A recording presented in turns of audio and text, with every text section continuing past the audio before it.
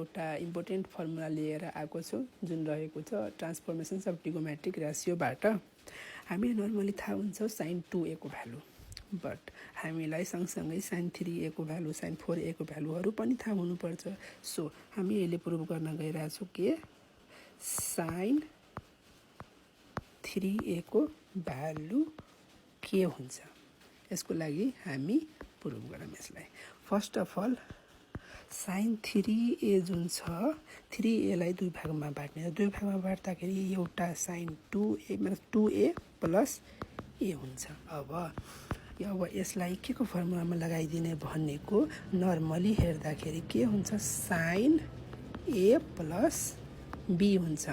अब sin a plus b को value के हुन्छ भनेको sin a dot cos b plus cos a dot sin b हुन्छ। अब यो भ्यालुलाई यहाँ पुट गर्ने हेर।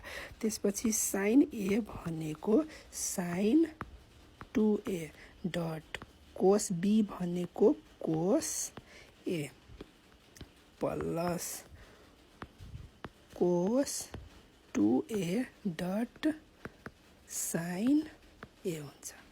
अब एक्सपान्ड गरौँ। sin 2a को भ्यालु हामीले थाहा छ, के थाहा छ भनेको 2 times of sin a dot cos a dot remaining यसमा अझ के छ cos a छ। ओके ल प्लस अब cos 2a को भ्यालु अब के को फर्ममा लिने, यहाँ sin छ भने हामी sin कै फर्ममा लिने। sin कै फर्ममा के हुन्छ भनेको 1 minus 2 times of sin square a अनि रिमेनिङ भनेको sin a छँदैछ हैन।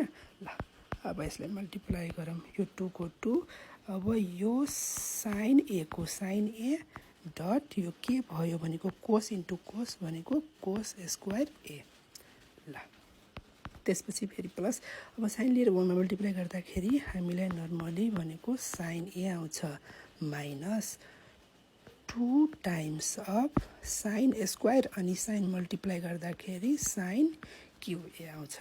ओके ल अब यो 2 को 2 डट sin a।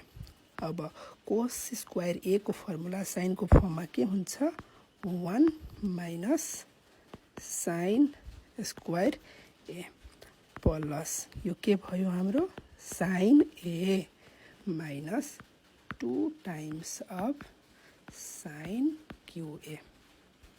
ओके ल अब यसले मल्टिप्लाई गरौँ 2 times of sin a minus 2 times of sin square a into sin a sin qa plus यता पनि sin a छ minus 2 times of sin qa।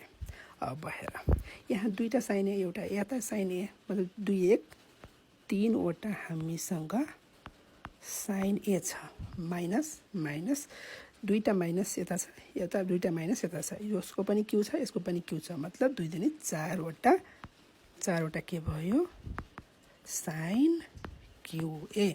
Therefore हामीलाई के आयो भनेको देयरफोर हामी लेख्न सक्छौं, के लेख्न सक्छौं भनेको sin को sin 3a को भ्यालु हामी लेख्न सक्छौं 3 times of sin a minus 4 times of sin qa। यति भ्यालु हुन्छ, यति भ्यालु हुन्छ। Thank you.